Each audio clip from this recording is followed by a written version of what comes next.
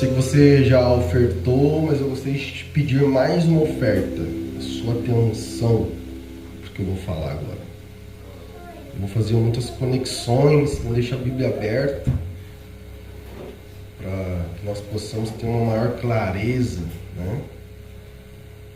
Vá abrindo comigo Gênesis 18.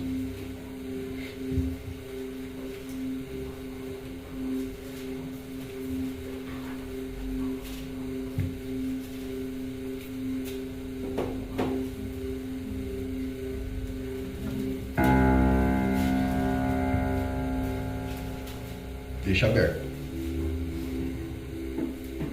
Eu gostaria de falar essa noite um pouco sobre legado. Esse assunto é algo que o Senhor vem queimando no meu coração desde que minha esposa estava grávida do João, né? Então o Senhor, desde aquele momento que a gente soube que ela estava grávida, o Senhor vem falando muito sobre legado. Legado, vem queimando essa palavra dentro de mim. Eu fui atrás para entender de fato o que é legado, né? O Senhor começou a trazer clareza do que é um legado. E em abril agora, eu lembro que dia 1º de abril é o aniversário da minha empresa. Ela fez 50 anos. E a dona me pediu para trazer uma palavra lá no final, orar, né? Naquela festa. Tinha todos os funcionários, antigos funcionários. E eu trouxe uma palavra, né, como funcionário também. Depois fiz uma oração como pastor. E aquela empresa, ela iniciou há 50 anos atrás com 4 irmãos. E agora esses 4 irmãos, agora no aniversário de 50 anos, não estão mais vivos. Porém agora existem mais 4 irmãos à frente daquela empresa. Ali eu vejo legado. Uma transição para a próxima geração, para que continue aquele legado daquela empresa. Então um legado ele só se mantém, nesse caso, numa empresa, quando os herdeiros não estão apenas atrás de dinheiro, não, estão querendo manter o legado, manter a empresa, manter a visão do dono, né? Porque se eles só estiverem atrás do dinheiro, da sua parte, que lhes é de direito, se eles só estiverem atrás do dinheiro, da sua herança, eles correm um sério risco de acabar como o filho pródigo, comendo lavagem com porcos, porque não pensaram em estabelecer um legado, em dar continuidade. Então, graças a Deus, eles tiveram esse discernimento, estão mantendo aquela empresa após 50 anos, e segundo eles, para que aquela empresa tenha mais 50 anos pela frente. Amém? Então, o que é legado, para que você entenda?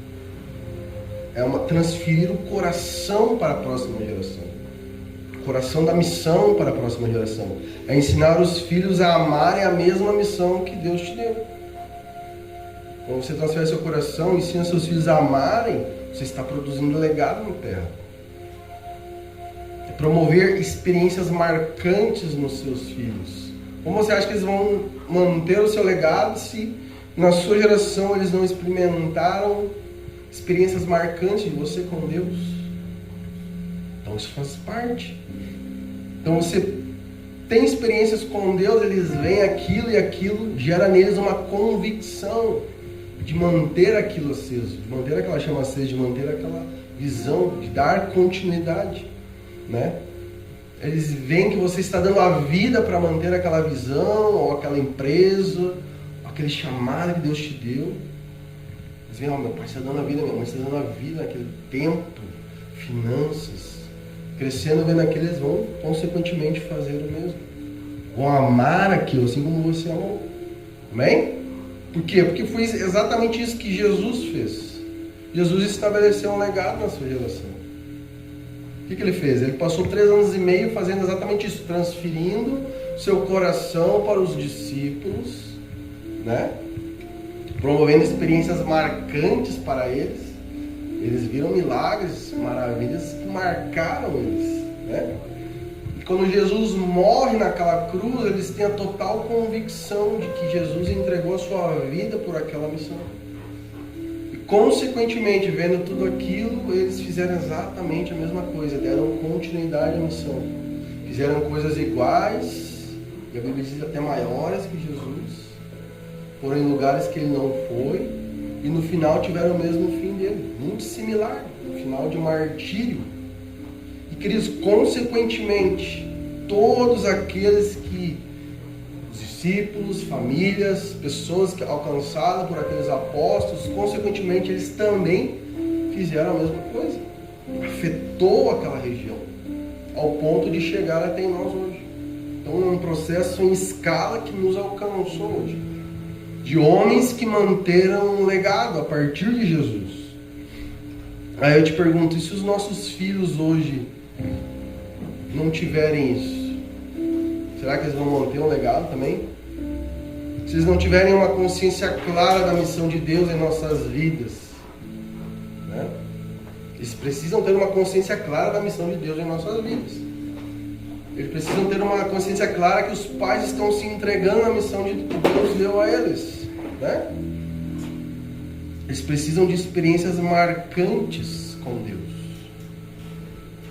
Porque se isso não acontecer, não existirá um legado. Existirá o quê? Repetição de ciclos. Deus irá ter que começar tudo de novo com as próximas gerações. E pensa, querido, um Deus que não tem problema em recomeços é Deus. Por quê? Porque Ele é eterno. Então, se você não entender na sua geração que deve manter um legado para os seus filhos, para que seus netos provem disso, Deus não tem problema nenhum. Se Ele precisar recomeçar com seus tataranetos, daqui 100 anos, se Ele precisar recomeçar tudo novamente, Ele não tem problema nenhum, porque Ele é eterno. Nós não. Nessa vida nós ainda não somos eternos. Só após sermos glorificados com Cristo. Amém? Então Gênesis 18, que eu pedi para você abrir, capítulo 19, diz assim: Abraão será o pai de uma nação grande e poderosa, e por intermédio dele todas as nações da terra serão abençoadas. Porquanto eu o escolhi para que instrua seus filhos e todos os seus descendentes acerca de conservarem-se no caminho do Senhor, praticando o que é justo e direito, a fim de que o Senhor faça vir sobre Abraão tudo quanto lhe tem prometido. Amém? Então esse texto ele me ensina que as promessas de Deus são condicionais a estabelecermos um legado. Porque se você for analisar, Deus depositou promessas em Abraão que somente os seus bisnetos colheram, os filhos de Jacó, ao entrarem na terra prometida.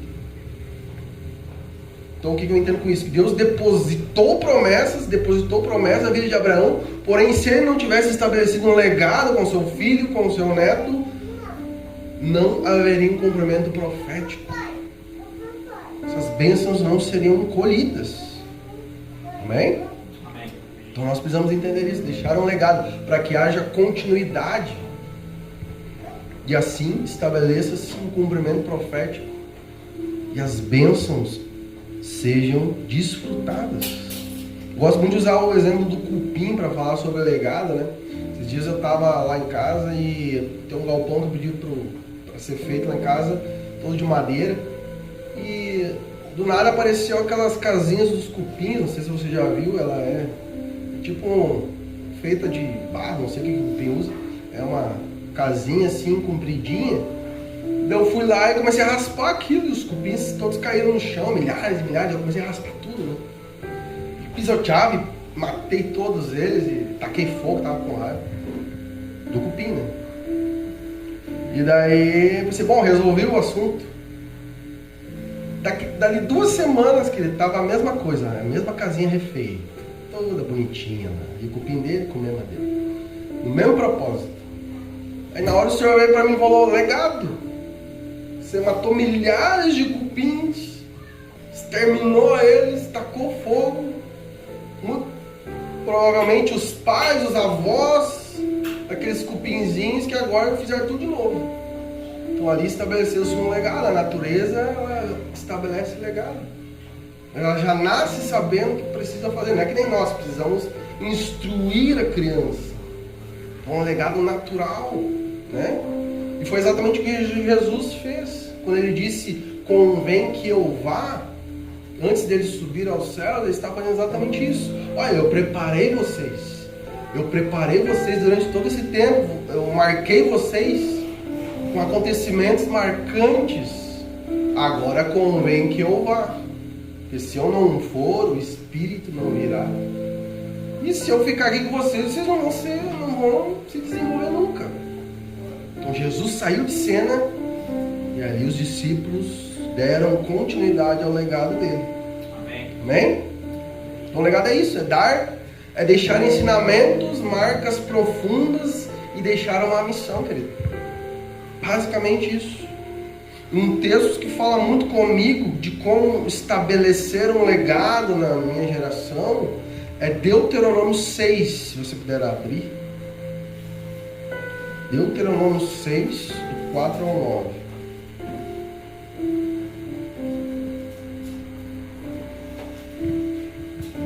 Um texto muito importante. Amém.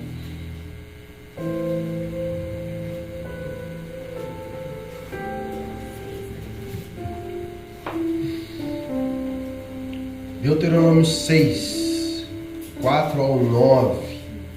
O texto que na minha versão começa com Shema. Várias vezes no Antigo Testamento vai haver a Shema Israel. O que é a Shema Israel? É o Senhor está dizendo ao seu povo, ouçam e pratiquem. O termo Shema tem incutido dois mandamentos. Ouça Israel, porém também pratique Israel. Porque Deus sempre espera que você, ao ouvir uma direção dele, você pratique. Amém. É a mesma coisa você mandar seu filho. No seu filho, faz isso. Ah, beleza, vou fazer. E daí? Pratique. Mesma coisa Deus. Então o texto começa dizendo, Shema, ó Israel, ou ouve, ó Israel. Yahvé, o nosso Senhor, é o único Deus. Amarás o Senhor teu Deus com todo o teu coração, com toda a tua alma e com todas as tuas forças. Que todas essas palavras que hoje te ordeno estejam em teu coração. Tu as ensinarás com todo zelo e perseverança a teus filhos. Conservarás sobre as escrituras quando estiver sentado em tua casa, quando estiver andando pelo caminho, ao deitar-te e ao levantar-te.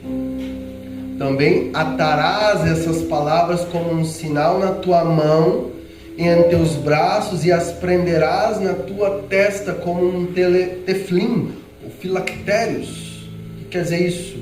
Mente, mãos. O que você tem na mente, você executa com as mãos. Tu escreverás as palavras do Senhor nos umbrais da tua casa e em teus portões. Vou resumir esse texto para você, querido. Facilite para que teus filhos tenham experiências com Deus. De todas as maneiras possíveis. Facilite seus filhos encontrarem com Deus. Isso é primordial para que seja estabelecido um legado. Eles terem experiências pessoais com Deus. Não apenas verem você tendo experiências. E o que você faz? Você facilita para que eles tenham essas experiências. Como assim facilitar? Faça com que tudo na sua casa converja para Deus. Acabe em Deus. Como assim? Na hora de comer, agradeça a Deus pela comida, ore pelo alimento, explique ao seu filho que você só tem aquela comida no prato, que ele só pode desfrutar daquele alimento porque Deus fez a terra, criou os alimentos. Aliás, a terra criou os alimentos, ele deu ordem à terra e a terra produziu os alimentos. Tudo pela palavra de Deus. Que se existe um alimento no prato dele é porque Deus deu saúde ao pai e à mãe para trabalhar, para produzir aquele alimento, deu sabedoria. Converja todas as coisas em Deus. Na hora de dormir, leia a Bíblia, como ali fala, inculcar na mente de dia e de noite, sempre quando tiver uma oportunidade. Leia a Bíblia, principalmente antes de dormir.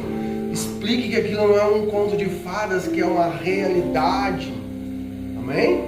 Amém. Agradeça a Deus pela casa, pelo teto. Diz que Deus nos deu essa casa, meu filho. Deus nos colocou esse teto sobre nossas cabeças para nos proteger do frio, da chuva, do vento. Converja tudo em Deus, querido. Nos cultos caseiros, muito importante você estabelecer cultos caseiros em casa. Lá em casa a gente tem nossos cultos caseiros quase que diários. Nós ligamos a TV, uma adoração na sala, o João começa a adorar junto, nós começamos a cantar, nós começamos a orar. É o nosso culto diário. Convergimos aquele culto em Deus. E graças a Deus o João, ele briga, não pelo desenho na TV, quero ver desenho, não pelo joguinho, não, ele briga pela adoração que ele quer.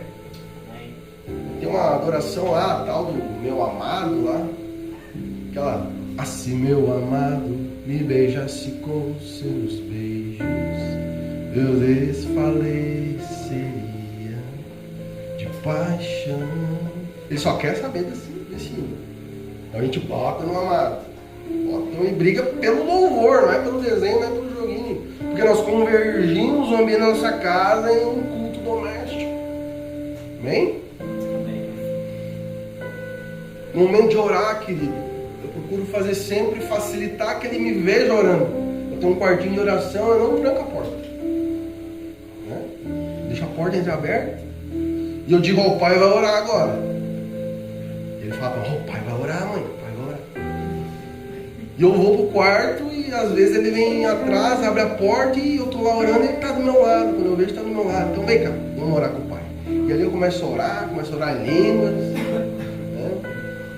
E orar, tô orando como se não tivesse ele junto, mas tô orando com ele ali agarradinho. E aí, dorme, sempre dorme. Eu dou lá, entrego ali pra mãe, ela bota ele dormir e eu continuo orando. Então eu facilito para que ele me veja orando. Para que ele veja o pai dele orando, buscando a Deus. Uma coisa muito interessante que eu e minha esposa nós fazemos, nós procuramos nos abraçar na frente dele, para que ele veja que o pai e a mãe eles se amam, e às vezes até intencional. O João tá, vamos se abraçar para ele nos olhar. Ele olha, ele começa a rir, ele quer se enfiar no meio também. Seja intencional, querido. Promova que tudo na sua casa converja para Deus, para que seu filho cresça. E por último, escute bem, por último, congregue semanalmente. Por último, querido, entenda, não inverta as bolas. Não queira apresentar Deus para o seu filho apenas uma vez na semana, né, no culto de domingo, que você vai estar lascado. É muito perigoso você só falar de Deus, só mostrar Deus, eles só ouviram um louvor, eles só ouviram uma pregação no culto de domingo. Ou só no culto de ser, pior ainda. Cuidado com isso. Se o seu lar não for uma extensão do culto, aliás, se o culto não for apenas uma extensão da sua casa, é muito perigoso. Pode acontecer dele crescer e se desviar. Por quê? Porque em casa era uma realidade totalmente diferente da igreja. Por que meu filho se desviou? A casa é totalmente diferente da igreja. Então, tente entender isso, que a prioridade não é você trazer seus filhos para o culto, não, é você cultuar na sua casa. Aqui você vem para cultuar em comunidade. Apenas isso. Cultuar a Deus em comunidade é muito importante. Amém? E congrega. A Bíblia diz para você congregar. Não como costume. Paulo diz, não faça como é costume de muitos que não congregam. Congregar é essencial, querido. Amém. Você fazer parte do corpo é essencial. Mas não transfira a responsabilidade de apresentar Deus para o seu filho, para o pastor, para o ministro de louvor e para o ambiente de igreja. Senão você pode colher coisas ruins no futuro. Entenda algo muito importante. Se puder, anote.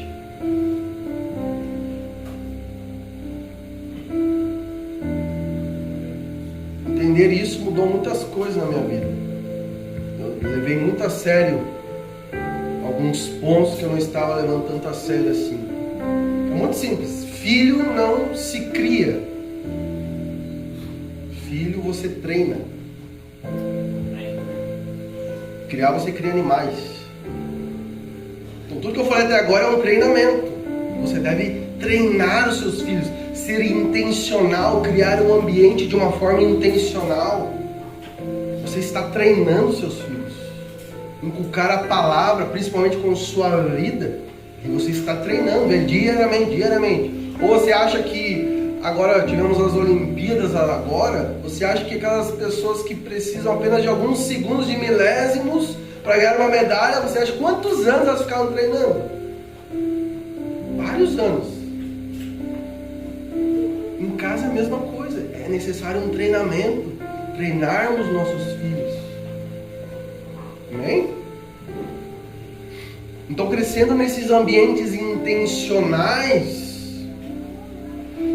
nas nossas casas, com a palavra sendo inculcada no ler e também no viver, e através de experiências com Deus, vendo nos pais e tendo suas próprias experiências, querido, isso é o verdadeiro inculcar, que Deuteronômio fala, inculca a palavra de dia e de noite, é inculcar até o ponto de nunca mais se perder.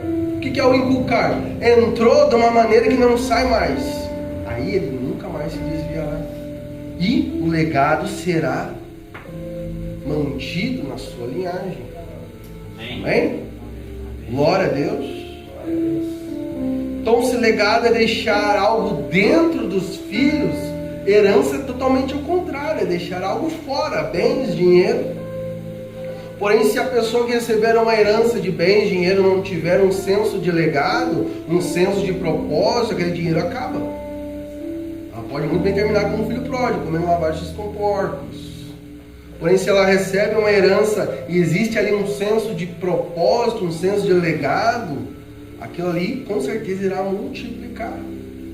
Porque existe um propósito. E uma coisa que nós precisamos entender muito: Deus não faz nada em mim, Bruno, pensando apenas em mim. Não tudo que Deus faz em mim é pensando mais no meu filho João. Esse é o caráter de Deus. Ele investe em nós pensando mais na próxima geração do que em nós mesmos. Então Deus, ele é um Deus de continuidade. E algumas vezes na palavra no Antigo Testamento ele se apresentou como Deus de Abraão, Deus de Isaac e Jacó. O que Deus quis transmitir com aquilo? Eu sou um Deus, eu me apresento como um Deus de continuidade entre as gerações. O meu foco não está apenas numa geração, não. Está no desdobramento pelas gerações. Então Deus investe a promessa sobre a vida de Abraão, investe recursos também. Esses recursos, essas promessas passam por Isaac, passam por Jacó e tem seu cumprimento na vida dos filhos de Jacó. A multidão como as estrelas do céu, a multidão como a areia do mar, foi através da vida dos filhos de Jacó, das 12 tribos. Milhões e milhões de pessoas no deserto que adentraram a terra prometida. Ali se cumpriu todas as promessas que Deus deu a Abraão. Então Deus deposita numa geração pensando nas próximas gerações, em manter o legado nas próximas gerações. Por isso que Deus diz a Abraão: instrua os teus filhos nos caminhos do Senhor, para que tudo que eu investi em ti não se perca, e eu não preciso recomeçar novamente. Amém? E querido, Joel 2:28, não precisa abrir, é uma profecia que está em pleno desdobramento nesses dias. Joel 2:28 diz: acontecerá depois que derramarei o meu espírito sobre toda a carne, vossos filhos e vossas filhas profetizarão. Essa profecia está em pleno desdobramento nos nossos dias. E é exatamente a mesma dinâmica que a gente acabou de falar. Deus, ele depositou o espírito sobre uma geração, sobre toda a carne, para que os filhos profetizem. Esse é o caráter de Deus: investir numa geração para colher nas próximas. Amém? Agora abra comigo 2 Reis 20. Falei para deixar a Bíblia aberta. chá de Bíblia.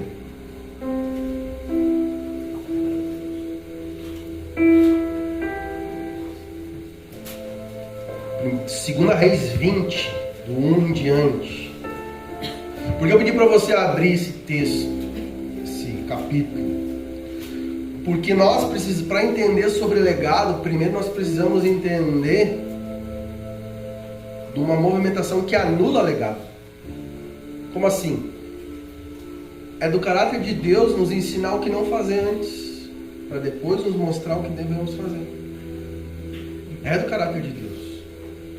Aos homens aqui que ainda não casaram, leia Provérbios.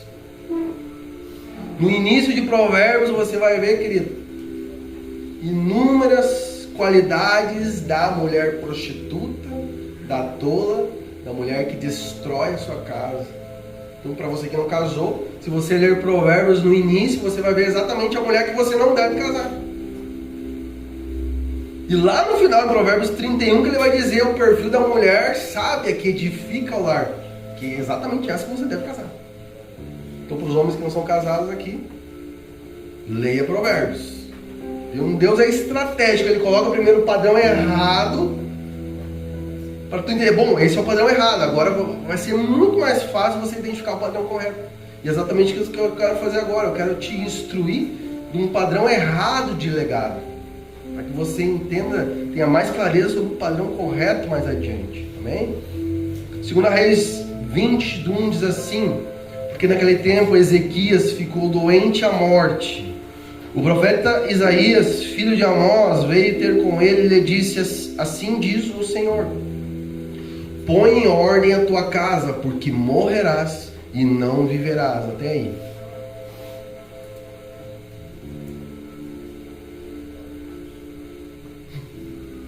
Então aqui nesse texto, Deus ele sentencia Ezequias de morte. Ele diz o quê? Coloca tua casa em ordem, porque morrerás e não viverás. E sai, o profeta Isaías sai fora. Fez a parte dele já, falou que Deus mandou falar. Aí o que acontece? Ezequias fica desesperado, começa a clamar a Deus, se arrependendo. Deus, lembra-te de mim, dos tempos antigos, coisa e tal. E Deus, ele se lembra, e Deus, por misericórdia, diz a Isaías, ele já estava no pátio do templo, do palácio, diz: volta lá e dá mais 15 anos para Ezequias. Isaías volta e dá, Deus está te dando mais 15 anos. Porém, se antes ele mandou colocar a casa em ordem, agora deu mais 15 anos, qual era o único motivo dele ter dado mais esses 15 anos? Botar a casa em ordem. Que Ezequias colocasse a casa em ordem. Não teria outro motivo dele dar mais 15 anos a Ezequias. Porém, foi tudo que Ezequias não fez. O que o texto diz mais adiante? Que o rei da Babilônia, inimigo número 1 de Israel naquele momento, ele envia mensageiros com presentes até o rei Ezequias. E o que acontece? Ezequias abre o reinado, começa a mostrar o reino para eles, aceita os presentes, diz: aqui é isso, aqui é aquilo, e também mostra onde está o cofre do tesouro de Israel. E Deus fica indignado com aquilo, porque ele dá o mapa do tesouro para o inimigo declarado de Israel. Qual é a sentença sobre Ezequias depois disso? Manda lá Isaías novamente e diz: tudo que foi entesourado pelos teus antepassados será levado para a Babilônia, e teus filhos serão eunucos no palácio do rei. Então qualquer pessoa em sã consciência que recebesse uma palavra dessa ia dizer: meu Deus, o que eu fiz? Vai ser tudo roubado, meus filhos serão levados cativos, e agora, Deus? Uma pessoa normal falaria isso e clamaria a Deus para reverter isso. Não foi o caso de Ezequias. O que ele fala, a primeira coisa que ele fala depois dessa sentença terrível: boa é essa palavra que o Senhor disse. E disse mais: pois haverá paz e verdade em meus dias. O que isso significa? Ezequias sabia que teria mais 15 anos pela frente e que essa sentença não iria acontecer dentro desses 15 anos, iria acontecer mais adiante. Ele falou: bom, nesses 15 anos que me restam, não vai acontecer nada de ruim. Vou continuar rei, não vai ser levado o meu tesouro aqui do reino, meus filhos ainda nem nasceram, esses que vão ser levados cativos, então está tudo certo. O que isso significa, querido? Uma total despreocupação com o que iria acontecer nas próximas gerações. Até um mesmo nível de loucura, pensando apenas em si, um nível tremendo de egoísmo, né? Então essa influência, esse espírito de Ezequias está nos nossos dias, atuando em nossos dias, fazendo exatamente isso. A influência desse espírito, ele faz o que? Ele trava a continuidade do propósito de Deus nas gerações. Não transfere legado espiritual e não se preocupa nem em transferir algum legado material. Se agrada em saber que não terá problemas em vida, né? Muitas pessoas podem falar assim, tendo para mim até morrer, tá bom, meus filhos que vão trabalhar, vão arrumar o que é deles, eles que se lascam. Tendo para mim, tá bom. Se puder, eu vou gastar tudo antes de morrer. Eu já vi várias vezes pessoas falando isso.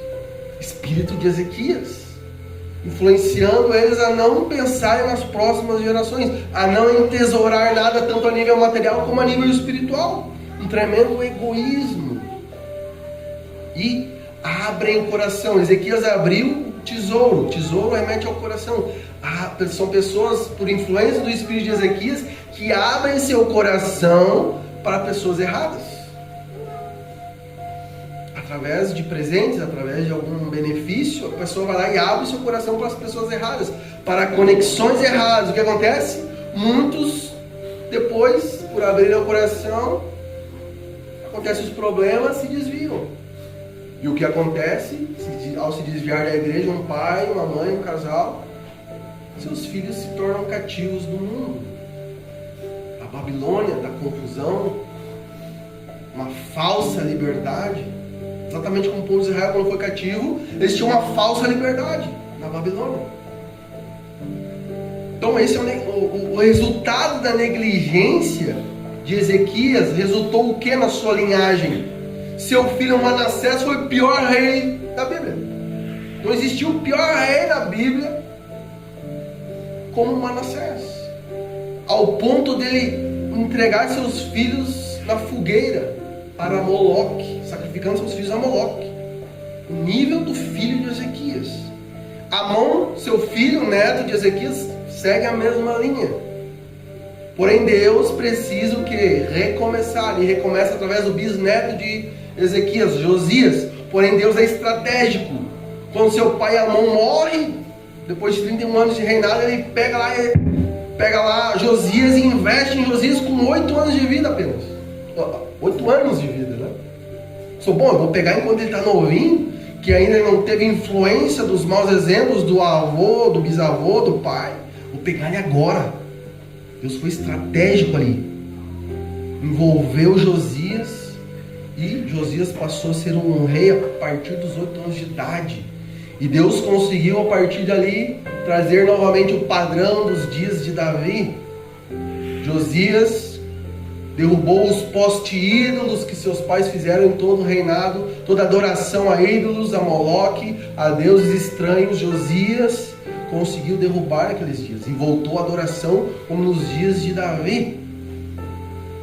Então, querido, toda vez que uma geração não estabelece legado e continuidade, Deus precisa recomeçar do zero na próxima geração. Qual é a cura para essa maldição? Qual é a cura para esse espírito que não estabelece legado entre as gerações? Se o problema é o espírito de Ezequias, a cura é o espírito de Elias. Profetizado lá em Malaquias 4, 5 ao 6. O que diz lá? Eis que eu vos enviarei o profeta Elias. Em algumas traduções, o espírito de Elias, antes que venha o grande e terrível dia do Senhor. E o que sinaliza? Algo que ainda irá acontecer. O grande e terrível dia do Senhor ainda não aconteceu. Será algo futuro. E ele converterá o coração dos pais aos filhos, e o coração dos filhos a seus pais, para que eu não venha e fira a terra com maldição. O que é o espírito de Elias nesses dias? É o Espírito Santo atuando no meio da igreja na dinâmica do ministério de Elias. Essa profecia está em pleno cumprimento nesses dias, está em pleno desdobramento. Esse Espírito está convertendo o coração dos pais aos filhos e dos filhos a seus pais. Para o quê? Para estabelecer um legado, uma continuidade entre as gerações, batendo de frente com o espírito de Ezequias, que trava isso. Então o que é se converter? O que é converter os filhos aos pais, os pais aos filhos? É os pais, querido, estabelecer, trabalhar em prol de seus filhos, na sua vida, na sua geração, trabalhando em prol de seus filhos, sacrificando pelos filhos, gerando depósitos de justiça em suas casas, para que seus filhos cresçam vendo aqueles depósitos de justiça. Meu pai é um homem justo, eu também serei. Meu pai é um homem íntegro, eu também serei. Quando eles veem esses depósitos, eles se convertem aos seus pais. O que é se converter aos seus pais? É manter o legado, dar continuidade na missão. Amém? Amém.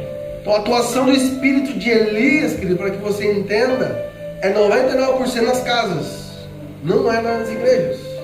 Pouca é a atuação do espírito de Elias nas igrejas. Se não houver uma atuação nas casas, esse espírito não vai conseguir fazer o que ele veio para fazer, que é converter o coração dos pais aos filhos, dos filhos aos pais. Então tudo que nós falamos até agora, de você convergir todas as coisas em Deus na sua casa, essa é a atuação desse espírito sobre sua vida, para que seu filho cresça e se converta àquilo que Deus colocou sobre sua vida e dê continuidade. Amém? Então nós falamos de uma dinâmica errada de legado, agora eu quero te falar da dinâmica correta. Abra comigo 1 Reis 19, 15. Capítulo 19, versículo 15. E eu vou te resumir o que está escrito aqui. Mas mesmo assim você abre. Essa é uma dinâmica correta de legado, querido. Essa é a dinâmica que o Espírito Santo está se movimentando nesses dias, em cumprimento a Malaquias 4, do 5 ao 6. Entenda, a principal função do Espírito Santo é dar cumprimento às profecias através da sua igreja, para que tudo se cumpra. Então Malaquias 4, 5 ao 6 é uma das principais profecias para esse tempo. E o Espírito Santo está nesse desdobramento através da igreja, na dinâmica do ministério de Elias. Bem? Então 1 Reis 19, 15 eu vou te resumir. Ali Deus está dando a Elias uma missão, que é desdobrada em 3 etapas. A primeira etapa é unge Hazael, rei da Síria, Jeú, rei de Israel, e Eliseu, profeta, em teu lugar. E diz para ele ungir um rei da Síria, um rei de Israel e um profeta no lugar dele. Essa é a missão que Deus dá a Elias. Porém, dessa missão, Elias faz apenas uma parte. Unge Eliseu no seu lugar. E Eliseu unge Hazael, rei da Síria. E um dos profetas, que a Bíblia não menciona o nome, muito provavelmente um dos discípulos da escola profética de Eliseu, unge Jeú, rei de Israel. E Jeú, rei de Israel, finaliza a missão. Manda que matassem Jezebel. Ali finaliza-se a missão de Elias, através de uma terceira geração profética, que manda matar Jezebel. Ele diz aos eunucos que estão na torre: atirem essa mulher daí. E eles atiram Jezebel. E ela cai, o sangue espirra, e os cachorros comem da sua carne. Um espírito de Jezebel sinaliza um espírito dominador, um espírito de prostituição, um espírito de distração. Então, para que haja um cumprimento profético entre as gerações, esse espírito precisa cair. Porém, se não houver uma dinâmica entre as gerações, um cumprimento, uma missão entre as gerações, esse espírito vai estar atuante ainda. Então, a dinâmica do ministério de Elias foi estabelecer 3 gerações proféticas que deram continuidade em uma única missão dada pelo Senhor, a Elias. Enquanto 3 gerações, a partir de Ezequias, travaram o legado em sua geração, e Deus teve que recomeçar do zero, Elias estabeleceu totalmente o contrário. 3 gerações deram um cumprimento ao propósito. Amém. Então, como eu disse antes, a nossa geração está influenciada por esses 2 espíritos. O espírito de Ezequias, onde os pais travam o legado na próxima geração, então Deus precisa recomeçar tudo do zero novamente, como uma geração se posicione. E o espírito de Elias está influenciando essa geração, conectando pais e filhos no mesmo propósito para que o legado seja estabelecido e para que haja um cumprimento profético. Amém? Essa é a atuação do espírito de Elias, querido. Dar continuidade entre as gerações. Para finalizar, querido, eu queria te falar um testemunho da minha vida, para sintetizar tudo isso, para que você veja que é possível, para que você procure entender na sua vida também a atuação desse espírito, se ele já está atuando ou não. Provoque essa atuação nesses dias, se posicione pela sua casa. Amém. Logo quando eu me converti, alguns aqui sabem dessa história, quando eu me converti, logo depois eu conheci minha esposa, nós procuramos noivar em santidade, né? Nós não tínhamos um parâmetro correto. Vamos noivar em santidade, mas qual o parâmetro? Nós não tínhamos pessoas ao nosso lado para dizer, vamos por esse lado, vamos por aqui. Na nossa igreja não tínhamos referência para isso. E numa das conversas com a minha avó, ela falou como aconteceu na casa dela, na vida dela, ela e meu avô. Então ela falou, nós, há 50 anos atrás, nós noivamos, então vamos pedir noivado, e ele ia a cada 15 a 20 dias lá na casa do meu pai, na frente dos irmãos, na frente dos pais, né?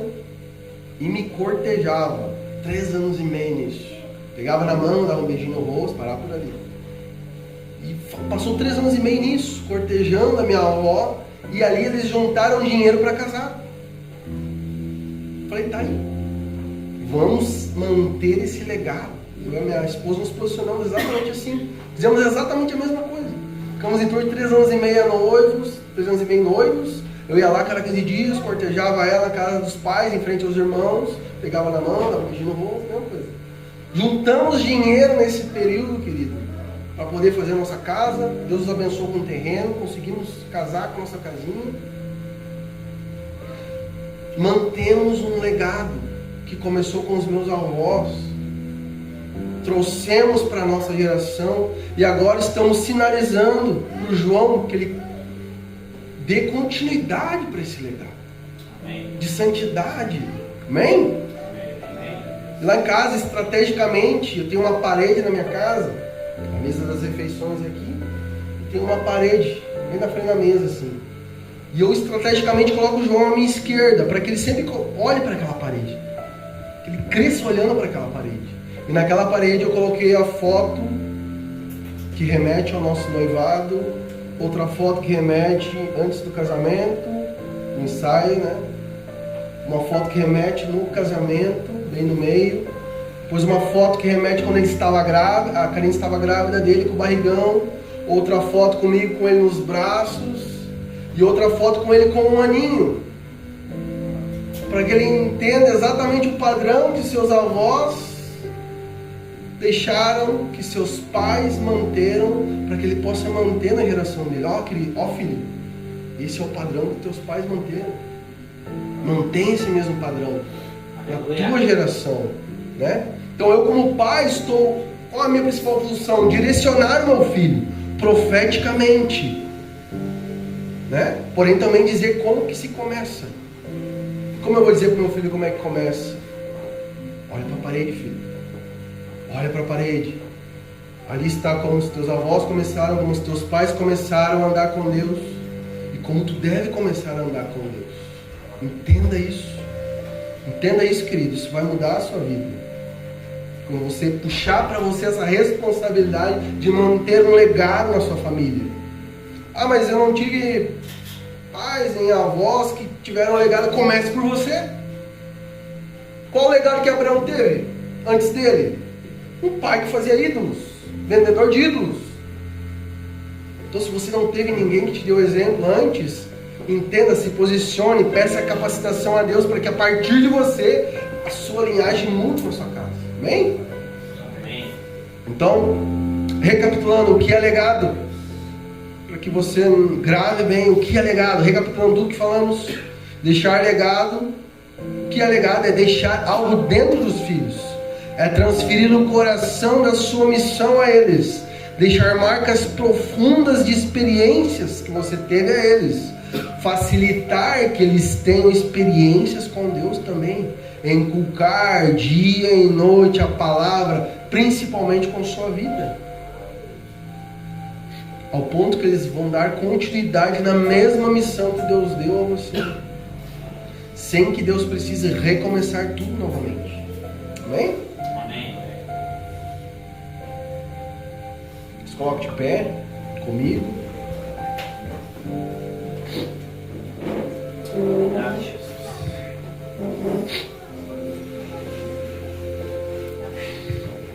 Então, como eu disse no início, querido, Deus é um Deus eterno. Ele não tem problemas em recomeços. Quem tem que ter esse senso de problema somos nós. Nós temos que ter esse senso de problema. Se Deus precisar recomeçar com os nossos filhos, ou com os nossos netos, ou bisnetos, esse senso de problema tem que estar latente em nós. Então a nossa oração nesses dias precisa ser: Deus, não recomece nos meus filhos, não recomece com os meus netos, me capacite a eu me posicionar como um sacerdote na minha casa, para que os meus filhos vejam um homem de Deus fluindo no propósito, para que assim eles possam dar continuidade. Me capacite, Senhor, essa tem que ser a nossa oração. Me capacite como uma mãe, para eu ser um modelo para as minhas filhas. Essa é a nossa oração nesse dia, querido. Não passe de nós, Senhor. Não recomece na próxima geração. Deus é eterno, querido. Ele não tem problemas. Entenda, se você é o primeiro a se converter na sua casa, entenda que você tem um encargo como Abraão teve. Abraão também foi o primeiro a se converter. Abraão foi o início de uma linhagem santa na terra. E por isso Deus, como ele foi o início de uma linhagem, Deus depositou nele promessas e recursos para que ele desenvolvesse aquelas promessas nas gerações futuras. E Deus vai fazer exatamente isso com você. Você é o primeiro de uma linhagem na sua casa. Se você já está se posicionando, mantendo um legado aceso, Deus vai investir, querido, em você recursos, vai investir bênçãos, promessas, para que você entenda que todo investimento em você é para ser transferido para as próximas gerações, para que nada se perca, para que haja um cumprimento profético. Muitos homens estão querendo que tudo pare nele nesses dias. Muitos líderes estão querendo toda a ênfase profética de cumprimento que pare nele, assim como Ezequias quis. Ele falou: não me importo que os meus filhos não tenham um cumprimento profético, que não tenham herança, não tenham legado, não me importa. O importante é que eu, no meu tempo, vou ter tudo isso. Muitos líderes estão fazendo isso, por influência do espírito de Ezequias. Porém não, querido. Nesses dias, a atuação do espírito de Elias precisa imperar em nosso meio. Nós precisamos dizer: eu não quero ser protagonista na minha geração, se essa não é a tua vontade, Deus. Que sejam os meus filhos, que sejam os meus netos. É isso que Deus espera de nós como sacerdotes posicionados, que nós que sejamos investidores nas próximas gerações, que nós não venhamos a querer ser protagonistas no meio da igreja. É isso que Deus tem falado comigo nesses dias. Para que isso aconteça, nós temos que ter o mesmo posicionamento que Abraão teve. Qual o posicionamento que Abraão teve? Eu vou ler de novo para você. Porquanto eu o escolhi para que instrua seus filhos e todos os seus descendentes acerca de conservarem-se no caminho do Senhor, praticando o que é justo e direito, a fim de que o Senhor faça vir sobre todos tudo quanto lhe prometeu.